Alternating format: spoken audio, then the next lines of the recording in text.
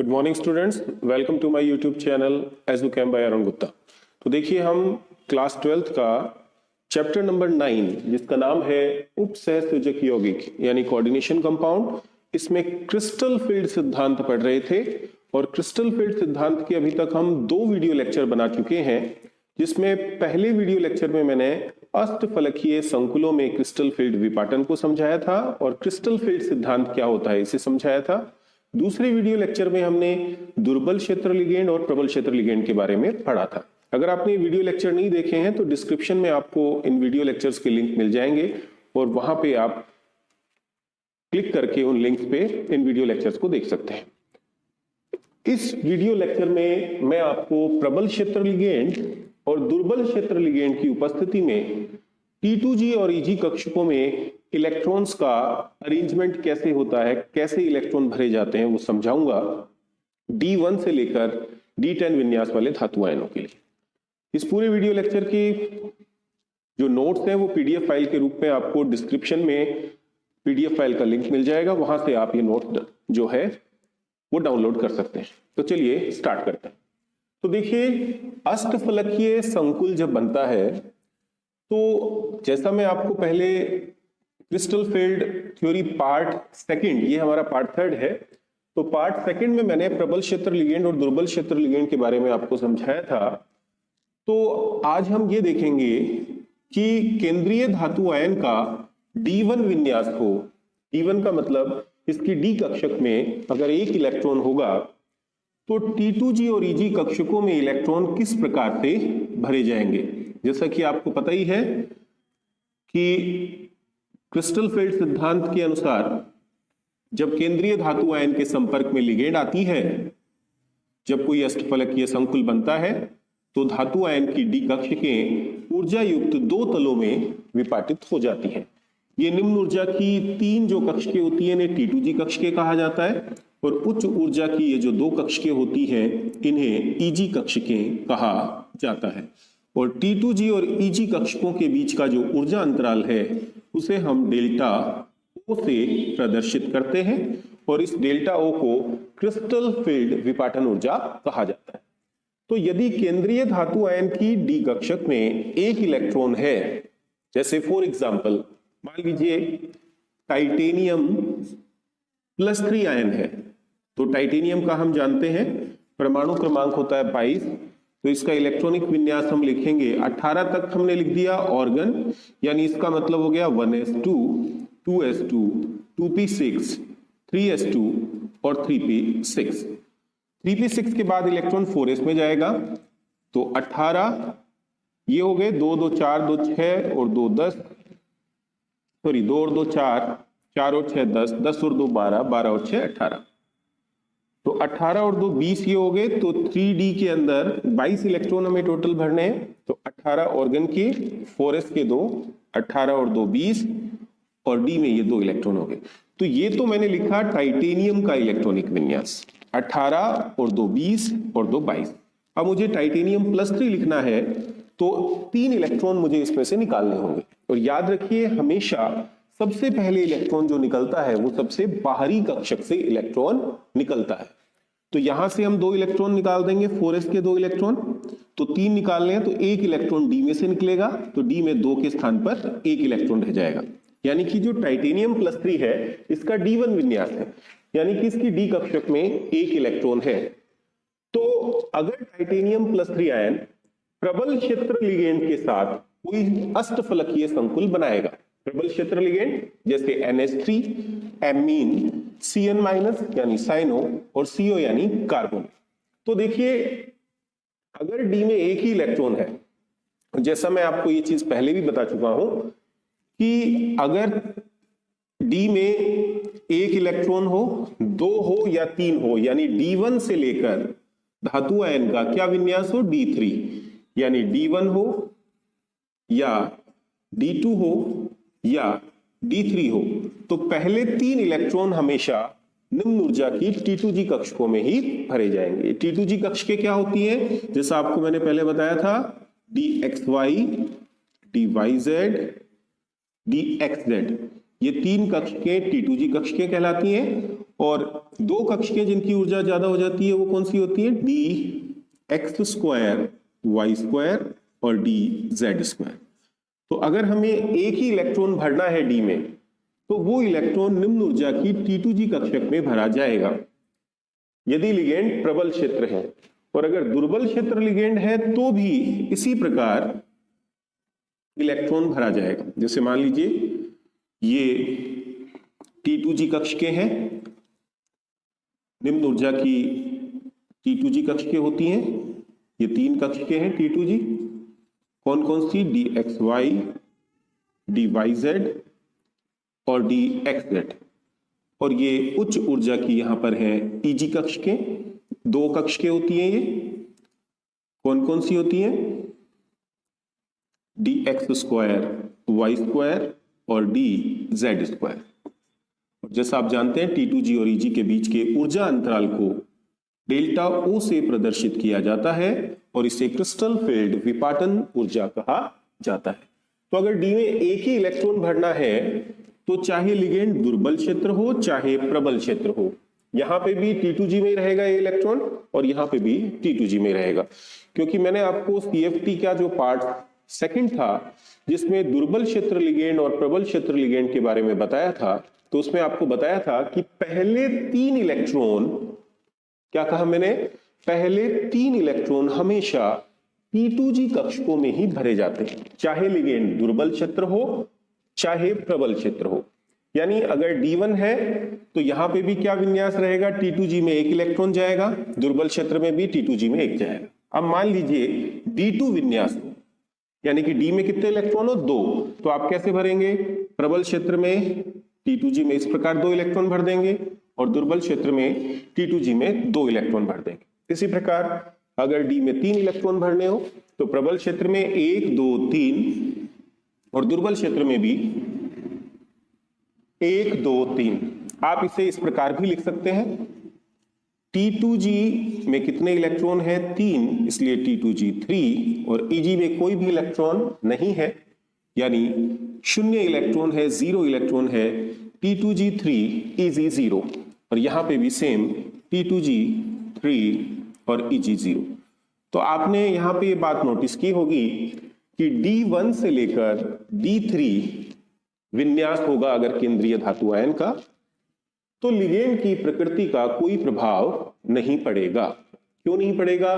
क्योंकि हम जानते हैं कि पहले तीन इलेक्ट्रॉन हमेशा निम्न ऊर्जा की T2G कक्षकों में ही भरे जाते हैं, चाहे लिगेंड प्रबल क्षेत्र लिगेंड हो और चाहे लिगेंड दुर्बल क्षेत्र लिगेंड हो। तो पहले तीन इलेक्ट्रॉन हमेशा T2G में ही भरे जाएंगे। तो D1 से D3 विन्यास पर लिगेंड की प्रकृति का कोई प्रभाव नहीं पड़ता है। तो ये बात आप समझ गए होंगे। अब हम D4 विन्यास को देखते हैं।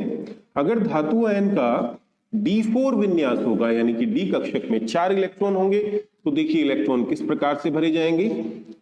ये T2G कक्षक हैं, निम्न ऊर्जा की T2G कक्षकें हैं ये, और ये दो EG कक्षकें हैं, ये EG कक्षक हैं। तो चार इलेक्ट्रॉन भरने हैं हमारे को। तो अगर लिगेंड प्रबल क्षेत्र होगी, यानी केंद्रीय धातु आयन प्रबल क्षेत्र लिगेंड के साथ संकुल बनाएगा, तो ये चार इलेक्ट्रॉन इस प्रकार से भरे जाएंगे। पहला इलेक्ट्रॉन, दूसरा, तीसरा और चौथा इलेक्ट्रॉन यही युग्मित हो जाएगा। क्योंकि आप जानते हैं कि प्रबल क्षेत्र लिगेंड की उपस्थिति में जो डेल्टा O होता है, डेल्टा O का मतलब T2G और EG के बीच का ऊर्जा अंतराल, ये बहुत ज्यादा होता है। इसलिए प्रबल क्षेत्र लिगेंड की उपस्थिति में T2G में तीन इलेक्ट्रॉन भरने के बाद बाकी के इलेक्ट्रॉन T2G में ही युग्मित होते चले जाते हैं। वो इलेक्ट्रॉन ऊपर नहीं जाते हैं, क्योंकि यहां पर इस क्रिस्टल फील्ड विपाटन ऊर्जा का मान, यानी T2G और EG के बीच का ऊर्जा अंतराल बहुत ज्यादा होता है, जिससे इलेक्ट्रॉन EG में नहीं जाएगा। तो अगर प्रबल क्षेत्र लिगेंड है तो तीन इलेक्ट्रॉन भरने के बाद बाकी इलेक्ट्रॉन T2G में ही युग्मित होते चले जाएंगे। अब देखते हैं हम, अगर दुर्बल क्षेत्र लिगेंड हो और धातु आयन का D4 विन्यास हो, तो किस प्रकार से इलेक्ट्रॉन T2G और EG में भरे जाएंगे। तो ये T2G कक्षक और ये है यहां पर ये EG कक्षक है। तो देखिए, अगर लिगेंड है दुर्बल क्षेत्र, कितने इलेक्ट्रॉन भरने हमारे को? 4 इलेक्ट्रॉन भरने हैं। तो किस प्रकार से भरेंगे दुर्बल क्षेत्र लिगेंड की उपस्थिति में? तो पहले 3 इलेक्ट्रॉन तो हमें पता है निम्न ऊर्जा की T2G में ही जाएंगे, चाहे लिगेंड प्रबल क्षेत्र हो और चाहे दुर्बल क्षेत्र हो। तो पहले 3 तो इसी में गए, 1 2 3। लेकिन अब इलेक्ट्रॉन यहां युग्मित नहीं होगा, क्योंकि दुर्बल क्षेत्र लिगेंड की उपस्थिति में T2G और EG के बीच का जो ऊर्जा अंतराल है, जिसे हम डेल्टा O से प्रदर्शित करते हैं, वो बहुत ही कम होता है। तो इसलिए यहां इलेक्ट्रॉन युग्मित नहीं होगा और इलेक्ट्रॉन ऊपर जाएगा। तो चौथा इलेक्ट्रॉन अगर लिगेंड दुर्बल क्षेत्र है तो ये ऊपर चला जाएगा, यानी EG में चला जाएगा। तो यहां पे इलेक्ट्रॉनिक अरेंजमेंट आपने देखा क्या हुआ? T2G में 3 इलेक्ट्रॉन है, इसलिए आप इसे लिख सकते हैं T2G3, और EG में 1 इलेक्ट्रॉन है तो EG1। और यहां पे आपने देखा प्रबल क्षेत्र लिगेंड की उपस्थिति में अगर धातु आयन का कैसा विन्यास था? D4 विन्यास था। तो ये कॉन्फ़िगरेशन हमारा आया T2G, चारों के 4 इलेक्ट्रॉन T2G में है, इसलिए T2G4, और EG में कोई भी इलेक्ट्रॉन नहीं है, इसलिए EG0। तो ये देखा हमने D4 विन्यास। और D1 से D3 में, जैसा मैं आपको बता चुका हूं, D1 से D3 में लिगेंड की प्रकृति का कोई प्रभाव पड़ता ही नहीं है। D4 हम देख चुके हैं। अब इसके बाद हम देखते हैं अगर धातु आयन का D5 विन्यास हो, यानी D में कितने इलेक्ट्रॉन हो? 5 इलेक्ट्रॉन हो, तो फिर ये इलेक्ट्रॉन किस प्रकार से भरे जाएंगे? सबसे पहले देखते हैं, प्रबल क्षेत्र लिगेंड है तो D में 5 इलेक्ट्रॉन हम किस प्रकार से भरेंगे? तो देखिए, ये T2G कक्ष के हैं, ये 2 EG कक्ष के हैं। लिगेंड कैसी है? प्रबल क्षेत्र है, तो 5 इलेक्ट्रॉन कैसे भरेंगे? 1 2 3 4 और ये 5। ये प्रबल क्षेत्र लिगेंड में। और दुर्बल क्षेत्र लिगेंड की उपस्थिति में कैसे भरेंगे? ये T2G कक्ष के हैं, 3 कक्ष के हैं, और ये EG कक्ष के हैं। ये T2G और ये EG। तो देखिए, दुर्बल क्षेत्र लिगेंड में कैसे भरेंगे? पहला इलेक्ट्रॉन T2G में, दूसरा भी T2G में, तीसरा भी T2G में। अब इलेक्ट्रॉन यहां युग्मित नहीं होगा, क्योंकि यहां पर युग्मन के लिए ऊर्जा ज्यादा चाहिए और इलेक्ट्रॉन को EG में जाने के लिए ऊर्जा कम चाहिए। तो 1 2 3 4 और ये 5। तो प्रबल क्षेत्र में आपने देखा D के 5 इलेक्ट्रॉन T2G में गए, यानी यहां कॉन्फ़िगरेशन रहा T2G5, और EG में कोई इलेक्ट्रॉन नहीं है, इसलिए EG0। जबकि यहां पर T2G में 3 इलेक्ट्रॉन है और EG में 1 और 1 2 इलेक्ट्रॉन है, तो T2G3 EG2, 3 और 2 5। यहां पे 5 के 5 इलेक्ट्रॉन T2G में रहे और EG में कोई भी इलेक्ट्रॉन नहीं रहा। अब इसके बाद हम देखते हैं कि अगर धातु आयन का D6 विन्यास होगा, इस पूरे लेक्चर के नोट्स आपको डिस्क्रिप्शन में PDF फाइल का एक लिंक मिलेगा, वहां से मिल जाएंगे, तो नोट्स की आपको टेंशन लेने की जरूरत नहीं है। अब देखिए, D6 विन्यास है, यानी D में 6 इलेक्ट्रॉन है। तो लिगेंड अगर प्रबल क्षेत्र है तो किस प्रकार से इलेक्ट्रॉन भरे जाएंगे? ये मैं यहाँ पे 3 T2G कक्ष के बना रहा हूं और ये 2 EG कक्ष के बना रहा हूं। ये हैं EG कक्ष के। इसी प्रकार यहां पे मैं बना देता हूं, ये T2G कक्ष के हैं और ये 2 EG कक्ष के हैं। ठीक है, तो 6 इलेक्ट्रॉन भरने हैं। प्रबल क्षेत्र लिगेंड होगी तो 6 इलेक्ट्रॉन कैसे भरेंगे? 1 2 3, चौथा यहां युग्मित, 5वां इलेक्ट्रॉन युग्मित और 6ठा युग्मित, यानी कॉन्फ़िगरेशन हुआ T2G6 और EG0। जबकि दुर्बल क्षेत्र में कैसे इलेक्ट्रॉन भरेंगे? पहला, दूसरा, तीसरा तो T2G में ही जाएगा, लेकिन दुर्बल क्षेत्र लिगेंड की उपस्थिति में आपको पता है इलेक्ट्रॉन का T2G में युग्मन नहीं होगा, इलेक्ट्रॉन ऊपर जाएंगे, यानी चौथा इधर जाएगा, 5वां इधर आएगा। अब छठे इलेक्ट्रॉन को क्योंकि युग्मित होना ही है, तो वो इलेक्ट्रॉन निम्न ऊर्जा की T2G कक्षक में युग्मित हो जाएगा। तो 1 2 3 4 5 6, तो यहां कॉन्फ़िगरेशन हमारा बनता है T2G में 2 3 4 इलेक्ट्रॉन, T2G4, और Eg में 1 और 1 2 इलेक्ट्रॉन, तो Eg2। तो आप यहां कह सकते हैं कि D6 विन्यास वाले जो धातु आयन होंगे, केंद्रीय धातु आयन, वो प्रबल क्षेत्र लिगेंड के साथ जो अष्टफलकीय संकुल बनाएंगे। D6 विन्यास वाले जो धातु आयन हैं वो प्रबल क्षेत्र लिगेंड के साथ जो संकुल बनाएंगे, तो जैसा आपको दिख रहा है यहां पे सारे इलेक्ट्रॉन युग्मित है, कोई इलेक्ट्रॉन अयुग्मित नहीं है, तो ये प्रतिचुंबकीय होंगे। जैसे Fe+2, आप Fe+2 का इलेक्ट्रॉनिक विन्यास लिख के देखेंगे तो ये विन्यास आएगा ऑर्गन 3d6, जिसमें धातु आयन का D6 विन्यास है। तो अगर ये फेरस आयन प्रबल क्षेत्र लिगेंड के साथ अष्टफलकीय संकुल बनाएगा, जैसे साइनो के साथ या NH3 एमीन के साथ या CO के साथ, तो यहां पे T2G में सारे इलेक्ट्रॉन 6 के 6 इलेक्ट्रॉन युग्मित हो जाएंगे, जिससे ये प्रतिचुंबकीय प्रकृति का संकुल होगा। और अगर D6 विन्यास वाले धातु आयन दुर्बल क्षेत्र लिगेंड के साथ संकुल बनाएंगे, तो आप देख रहे हैं 1, ये 2, ये 3 और 4, ये इलेक्ट्रॉन जोड़ा बना हुआ है, युग्मित है, ये अयुग्मित है, ये भी अयुग्मित है, ये भी अयुग्मित है और ये भी अयुग्मित। तो इसमें 4 अयुग्मित इलेक्ट्रॉन हैं, इसलिए ये अनुचुंबकीय प्रकृति का होगा, यानी पैरामैग्नेटिक होगा। तो ये पॉइंट हमें यहां पे ध्यान रखना है कि D6 विन्यास वाले धातु आयनों के, क्या बोला मैंने, D6 विन्यास वाले धातु आयनों के, D6 विन्यास वाले धातु आयनों के प्रबल क्षेत्र लिगेंड के साथ बने संकुल प्रतिचुंबकीय होते हैं, क्योंकि उनमें कोई अयुग्मित इलेक्ट्रॉन नहीं होता है। देख रहे हैं आप, सारे इलेक्ट्रॉन T2G में युग्मित हो चुके हैं, इसलिए ये प्रतिचुंबकीय प्रकृति के होते हैं। जबकि D6 विन्यास वाले दुर्बल क्षेत्र लिगेंड के साथ बने जो संकुल है वो अनुचुंबकीय। तो देखिए D1 से लेकर आप D6 तक जो विन्यास होगा, तो उसमें प्रबल क्षेत्र लिगेंड की उपस्थिति में इलेक्ट्रॉन कैसे भरे जाएंगे और दुर्बल क्षेत्र लिगेंड की उपस्थिति में कैसे भरे जाएंगे, ये आप समझ गए होंगे।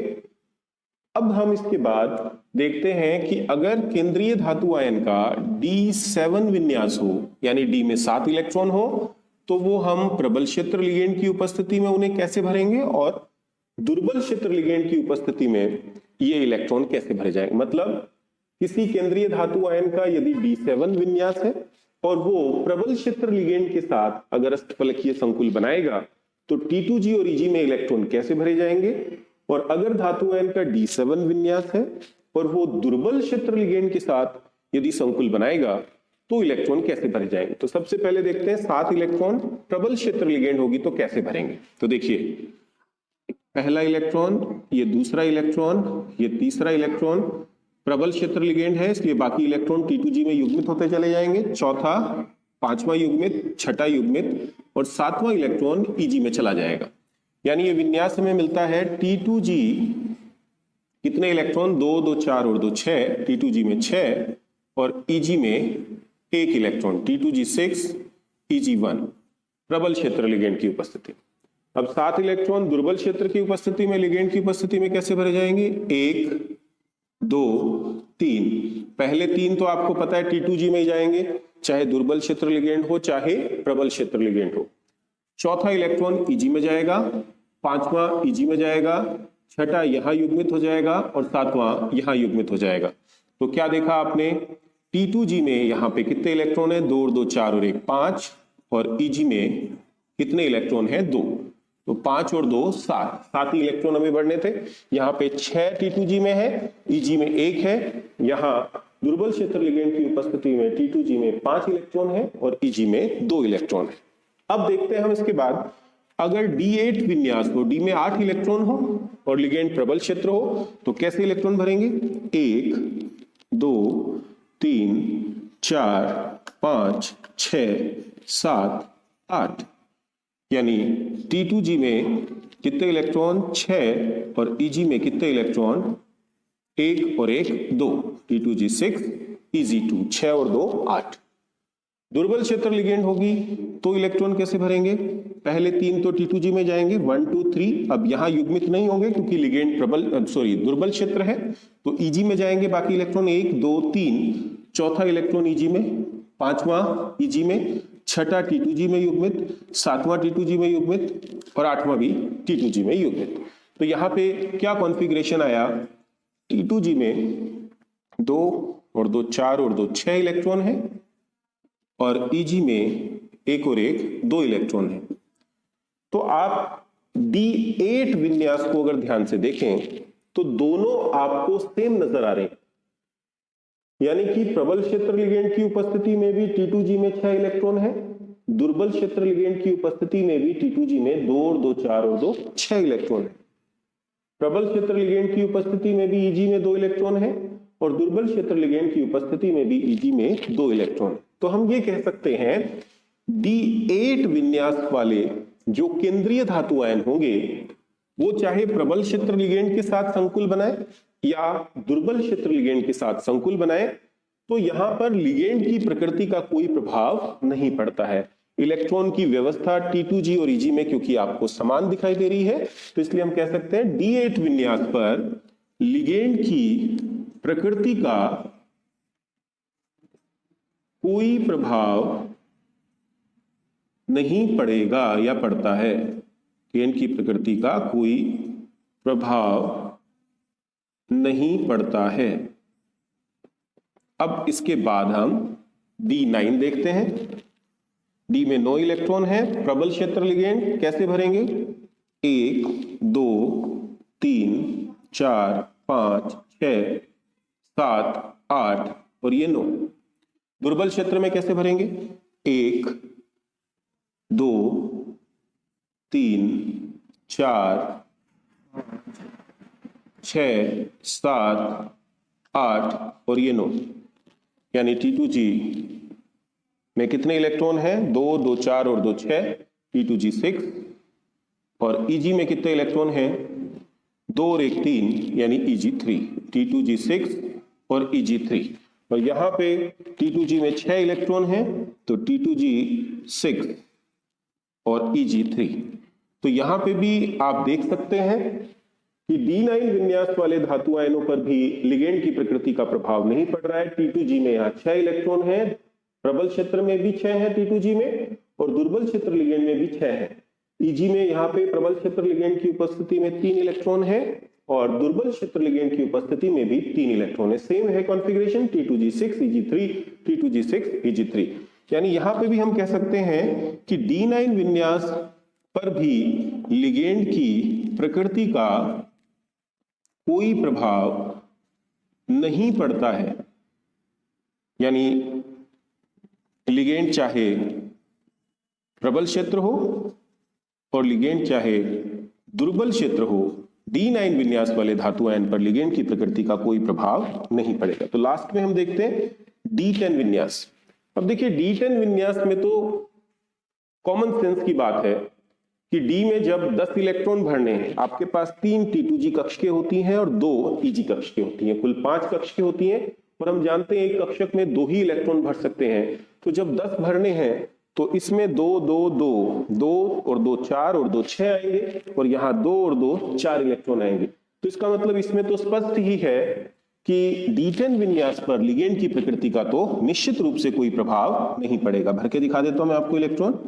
पहले प्रबल क्षेत्र 1 2 3 4 5 6 7 8 9 और 10। यहां पे कैसे भरोगे दुर्बल क्षेत्र में? 1 2 3 4 5 6 7 8 9 और 10। यानी यहां T2G में कितने इलेक्ट्रॉन हैं? 6। और Eg में कितने इलेक्ट्रॉन हैं? 4। और यहां पे भी T2G में कितने इलेक्ट्रॉन हैं? 6। और Eg में कितने इलेक्ट्रॉन हैं? 4। तो यहां पे आपने देखा कि D8, D9 और D10, यानी यहां पे मैं लिख देता हूं D8 से D10, D8 से D10 विन्यास वाले धातु आयनों पर लिगेंड की प्रकृति का कोई प्रभाव नहीं पड़ता है। यानी D8 हो, D9 हो, D10 हो अगर धातु का विन्यास, तो वो चाहे प्रबल क्षेत्र लिगेंड के साथ संकुल बनाए या दुर्बल क्षेत्र लिगेंड के साथ अष्टफलकीय संकुल बनाए, दोनों ही स्थिति में T2G और EG में इलेक्ट्रॉनिक व्यवस्था समान रहेगी। और इससे पहले मैं आपको बता चुका हूं कि D1 से D3 यानी अगर 1 से लेकर 3 तक इलेक्ट्रॉन होंगे डी कक्षक में, तो आपको पता है पहले 3 इलेक्ट्रॉन हमेशा निम्न ऊर्जा की हम T2G कक्षक में ही भरते हैं। तो चाहे लिगेंड दुर्बल क्षेत्र हो चाहे प्रबल क्षेत्र हो, पहले 3 इलेक्ट्रॉन क्योंकि T2G में भरे जाते हैं, इसलिए D1 से D3 विन्यास पर भी लिगेंड की प्रकृति का कोई प्रभाव नहीं पड़ता है। क्या कहा मैंने?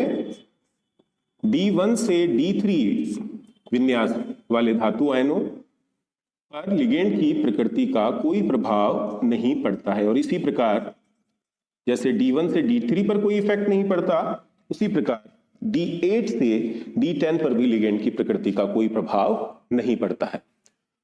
तो देखिए, इस टॉपिक से रिलेटेड हमारे बोर्ड एग्जाम में किस तरीके से क्वेश्चन पूछा जा सकता है, तो उसको समझाने के लिए मैंने ये क्वेश्चन लिखा है बोर्ड पे। कोबाल्ट +3 आयन के प्रबल क्षेत्र लिगेंड के साथ बने अष्टफलकीय संकुल में क्रिस्टल फील्ड विपाटन को दर्शाने वाला चित्र बनाइए। यानी कोबाल्ट +3 आयन का किस लिगेंड के साथ अष्टफलकीय संकुल बन रहा है? प्रबल क्षेत्र लिगेंड के साथ अष्टफलकीय संकुल बन रहा है। या अथवा में आपसे यही प्रश्न इस प्रकार भी पूछा जा सकता है कि कोबाल्ट +3 आयन के अष्टफलकीय निम्न चक्रण संकुल, जिसे इंग्लिश में हम कहते हैं लो स्पिन कॉम्प्लेक्स, में क्रिस्टल फील्ड विपाटन को दर्शाने वाला चित्र बनाइए। तो इसका आंसर समझने से पहले सबसे पहले हम देखते हैं कोबाल्ट का इलेक्ट्रॉनिक विन्यास क्या होता है। हम जानते हैं कोबाल्ट का परमाणु क्रमांक है 27 यानी 27। तो कोबाल्ट का हम इलेक्ट्रॉनिक विन्यास लिखेंगे तो 18 तक तो ये ऑर्गन हो जाएगा, 1s2 2s2 2p6 3s2 3p6। यहाँ पे इलेक्ट्रॉन गिन सकते हैं। 18 हो चुके हैं, 2 और 2 4, 4 और 6 10, 10 और 2 12, 12 और 6 18। तो ये 18 इलेक्ट्रॉन हो चुके हैं। और आपको पता है 3p के बाद इलेक्ट्रॉन 4s में जाता है, तो 4s2 18 और 2 20, 27 इलेक्ट्रॉन हमें भरने हैं। तो 7 इलेक्ट्रॉन ये 3d में भरे जाएंगे। 4s के बाद 3d में जाएगा, 3d 7। तो ये इलेक्ट्रॉनिक विन्यास है कोबाल्ट का। हमें कोबाल्ट +3 लिखना है। तो आपको पता है जब हम किसी धनायन का इलेक्ट्रॉनिक विन्यास लिखने जा रहे होते हैं तो पहले उदासीन परमाणु का इलेक्ट्रॉनिक विन्यास लिख लीजिए और फिर इस पे जितना चार्ज है, कितना चार्ज है +3, तो +3 चार्ज कब आएगा? जब इसमें से 3 इलेक्ट्रॉन निकल जाएंगे।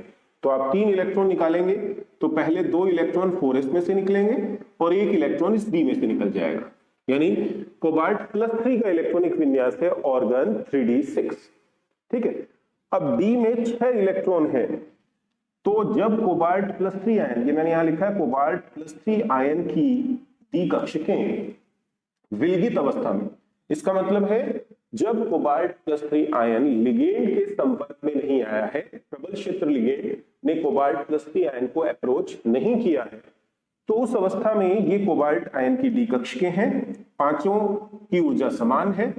तो 6 इलेक्ट्रॉन हमें भरने हैं डी में। तो किस प्रकार भरेंगे? 1 2 3 4 5 और ये 6। ये यहाँ पे E लिखा हुआ है। E का मतलब एनर्जी है, यानी जैसे जैसे हम ऊपर जाएंगे एनर्जी बढ़ती जाएगी। अब जैसे ही कोबाल्ट +3 आयन के संपर्क में 6 लिगेंड आएंगी, x अक्ष से 2 लिगेंड, y अक्ष से 2 लिगेंड और z अक्ष से 2 लिगेंड, अष्टफलकीय संकुल बनता है। 6 लिगेंड धातु आयन को अप्रोच करेंगे तो लिगेंड की उपस्थिति में डी कक्षकों की पहले सभी की ऊर्जा भर जाएगी। तो अभी तक तो 6 इलेक्ट्रॉन इसमें ऐसे ही भरेंगे, 1 2 3 4 5 6, और लिगेंड की उपस्थिति में डी कक्षकें ऊर्जा युक्त 2 तलों में विपाटित हो जाएंगी। निम्न ऊर्जा की T2G कक्षकें कौन कौन सी? dxy, dyz, dxz। और उच्च ऊर्जा की EG कक्षकें कौन सी? dx2 y2 और dz2। आप जानते हैं T2G और EG के बीच के ऊर्जा अंतराल को डेल्टा O से प्रदर्शित किया जाता है। O का मतलब यहाँ पे ऑक्टाहेड्रल है, क्योंकि अष्टफलकीय संकुल की बात हो रही है, इसलिए O का मतलब अष्टफलकीय संकुल के लिए क्रिस्टल फील्ड विपाटन ऊर्जा। और क्योंकि हम जानते हैं ऊर्जा में जो वृद्धि होती है डी कक्षकों में, जो ईजी कक्षकों की ऊर्जा बढ़ती है वो प्लस 0.6 डेल्टा ओ से बढ़ती है। प्लस का मतलब ऊर्जा में वृद्धि, तो ऊर्जा में वृद्धि होती है 0.6 डेल्टा ओ और कमी होती है 0.4 डेल्टा ओ। प्लस का मतलब ऊर्जा में वृद्धि, माइनस का मतलब ऊर्जा में कमी। तो अब हमें ये 6 इलेक्ट्रॉन क्रिस्टल फील्ड विपाटन के बाद T2G और EG में भरने। अब कैसे भरेंगे? तो यहां पे आपको बता रहा है प्रबल क्षेत्र लिगेंड के साथ संकुल बन रहा है, और हम जानते हैं प्रबल क्षेत्र लिगेंड की उपस्थिति में इलेक्ट्रॉन कैसे भरे जाएंगे। पहले 3 इलेक्ट्रॉन तो T2G में जाएंगे, और क्योंकि लिगेंड प्रबल क्षेत्र लिगेंड है तो बाकी इलेक्ट्रॉन भी T2G में ही युग्मित हो जाएंगे। तो 1 2 3 4 5 और ये 6, यानी ये कॉन्फ़िगरेशन हो गया। T2G में 6 के 6 इलेक्ट्रॉन आ गए और EG में कोई भी इलेक्ट्रॉन नहीं आया, T2G 6 और EG 0। तो ये चित्र इस प्रकार से बनेगा। अब आपको पता है क्योंकि प्रबल क्षेत्र लिगेंड की उपस्थिति में क्या होता है, T2G कक्षकों में इलेक्ट्रॉन का युग्मन हो जाता है। जैसा आपने यहां देखा सभी इलेक्ट्रॉन T2G में युग्मित हो गए, ये भी पेयर्ड इलेक्ट्रॉन है, ये भी युग्मित इलेक्ट्रॉन है, ये भी युग्मित इलेक्ट्रॉन है। तो इस प्रकार इलेक्ट्रॉन के युग्मन के पश्चात प्रबल क्षेत्र लिगेंड की उपस्थिति में T2G कक्षकों में इलेक्ट्रॉन का युग्मन हो जाता है, और इस प्रकार इलेक्ट्रॉन के युग्मन के पश्चात या तो अयुग्मित इलेक्ट्रॉन बिल्कुल खत्म हो जाते हैं और या अयुग्मित इलेक्ट्रॉनों की संख्या कम हो जाती है, जिससे इनके चुंबकीय आघूर्ण के मान, जिसे हम म्यू से प्रदर्शित करते हैं, वह तो 0 प्राप्त होते हैं या बहुत ही कम प्राप्त होते हैं। तो इसी कारण प्रबल क्षेत्र लिगेंड युक्त जो संकुल है उन्हें निम्न चक्रण संकुल कहा जाता है। तो ये बात आपको मैं पहले भी बता चुका हूं, प्रबल क्षेत्र लिगेंड युक्त संकुल जो होते हैं वो निम्न चक्रण संकुल भी कहलाते हैं। निम्न चक्रण संकुल, लो स्पिन कॉम्प्लेक्स, क्योंकि इनके चुंबकीय आघूर्ण का मान बहुत ही कम हो जाता है। क्यों कम हो जाता है? क्योंकि यहाँ T2G में इलेक्ट्रॉन की पेयरिंग होती है, इलेक्ट्रॉन का युग्मन होता है, तो युग्मन से या तो अयुग्मित इलेक्ट्रॉन बिल्कुल 0 हो जाते हैं, तो 0 की स्थिति में तो चुंबकीय आघूर्ण 0 हो जाएगा, और या अयुग्मित इलेक्ट्रॉन की संख्या बहुत ही कम होने के कारण इनके चुंबकीय आघूर्ण का मान बहुत कम आता है। क्योंकि हम जानते हैं कि चुंबकीय आघूर्ण का मान किस पर निर्भर करता है? अयुग्मित इलेक्ट्रॉन की संख्या पर। क्योंकि आपको याद होगा कि चुंबकीय आघूर्ण म्यू का ये सूत्र होता है, ये फॉर्मूला होता है, mu is equal to under the root n into n+2 Bohr magnet. और यहाँ पे n क्या है? अयुग्मित इलेक्ट्रॉन की संख्या। तो जितने ज्यादा युग्मित इलेक्ट्रॉन होंगे चुंबकीय आघूर्ण का मान उतना ही अधिक होगा। अब अगर एग्जाम में आपसे यही प्रश्न प्रबल क्षेत्र लिगेंड के स्थान पर दुर्बल क्षेत्र लिगेंड पे पूछा जाता है, जैसे मान लीजिए आपको कहा जाए दुर्बल क्षेत्र लिगेंड, तो दुर्बल क्षेत्र लिगेंड के साथ अगर होगा तो इलेक्ट्रॉन का T2G में युग्मन नहीं होगा, जिससे चुंबकीय आघूर्ण के मान उच्च प्राप्त होंगे। तो इसीलिए हम दुर्बल क्षेत्र लिगेंड के साथ जो संकुल बनते हैं उन्हें उच्च चक्रण संकुल कहते हैं। तो अगर ये प्रश्न इस प्रकार होता तो आंसर में चेंज क्या होता? आपको पता है पहले 3 इलेक्ट्रॉन अभी मैं आपको बता चुका हूं, चाहे लिगेंड दुर्बल क्षेत्र हो चाहे प्रबल क्षेत्र हो, पहले 3 इलेक्ट्रॉन हमेशा निम्न ऊर्जा की T2G कक्षकों में भरे जाते हैं। अब मान लीजिए लिगेंड दुर्बल क्षेत्र है तो इलेक्ट्रॉन T2G में युग्मित तो होंगे नहीं, तो पहला इलेक्ट्रॉन T2G, दूसरा T2G, तीसरा T2G में। अब इसके बाद यहां युग्मन नहीं होगा तो बाकी इलेक्ट्रॉन EG में जाएंगे, चौथा EG में, पांचवा EG में। अब छठे को युग्मित होना ही है, इसलिए वो निम्न ऊर्जा की इस T2G कक्षक में युग्मित हो जाए। यानी अगर दुर्बल क्षेत्र लिगेंड होगी तो उसकी उपस्थिति में आप देख रहे हैं T2G में कितने इलेक्ट्रॉन आए? 2 3 4, और EG में कितने इलेक्ट्रॉन हैं? तो T2G4 और EG2, ये विन्यास हो जाए। क्योंकि यहाँ पे अयुग्मित इलेक्ट्रॉन की संख्या 4 है, जो कि बहुत अधिक है, और वो इसलिए हुई क्योंकि यहाँ T2G में इलेक्ट्रॉन का युग्मन नहीं हुआ। तो इसलिए दुर्बल क्षेत्र लिगेंड के जो धातु आयनों के साथ बने संकुल होते हैं उनके चुंबकीय आघूर्ण का मान उच्च प्राप्त होता है, अधिक प्राप्त होता है, इसलिए उन्हें उच्च चक्रण संकुल यानी हाई स्पिन कॉम्प्लेक्स कहा जाता है। तो इस प्रकार का जो प्रश्न है इस टॉपिक पे आपसे पूछा जा सकता है। तो इसके बाद बस लास्ट पे हम एक क्वेश्चन और डिस्कस करते हैं जो इस टॉपिक से बन सकता है। क्वेश्चन हमारा है, निम्न में से किसके चुंबकीय आघूर्ण, जिसे हम म्यू से प्रदर्शित करते हैं, का मान 4.8 बोर मैग्नेट्रॉन होगा। देखिए हम जानते हैं कि चुंबकीय आघूर्ण का ये फॉर्मूला होता है mu is equal to under the root n into n plus 2 Bohr magneton. तो आपको पता है अगर अयुग्मित इलेक्ट्रॉन, n का मतलब यहाँ होता है अयुग्मित इलेक्ट्रॉन की संख्या, अगर अयुग्मित इलेक्ट्रॉन 1 होता है तो इस फॉर्मूले में वैल्यू रखेंगे तो आप चुंबकीय आघूर्ण 1.73 बोर मैग्नेटॉन आएगा। अयुग्मित इलेक्ट्रॉन 2 है तो 2.8 बोर मैग्नेटॉन आएगा। अयुग्मित इलेक्ट्रॉन 3 है तो 3.8 आएगा और 4 है तो 4.8 बोर मैग्नेटॉन आएगा। यानी चुंबकीय आघूर्ण का मान जितना भी आपको दिया हुआ है, जैसे 4.8, तो हमेशा जितने अयुग्मित इलेक्ट्रॉन होते हैं किसी भी स्पीशीज में उसके चुंबकीय आघूर्ण का मान उससे थोड़ा सा ज्यादा। जैसे एक अयुग्मित इलेक्ट्रॉन है तो 1.73 होगा, 2 है तो 2.8, 3 है तो 3.8 और 4 है तो 4.8। यदि आपको चुंबकीय आघूर्ण से अयुग्मित इलेक्ट्रॉन सोचने हैं तो इसी तरीके से आप सोच सकते हैं, क्योंकि आपको पता है जितने अयुग्मित इलेक्ट्रॉन होंगे चुंबकीय आघूर्ण उससे थोड़ा सा ज्यादा होता है। तो 4 अयुग्मित इलेक्ट्रॉन है इसलिए 4.8 है।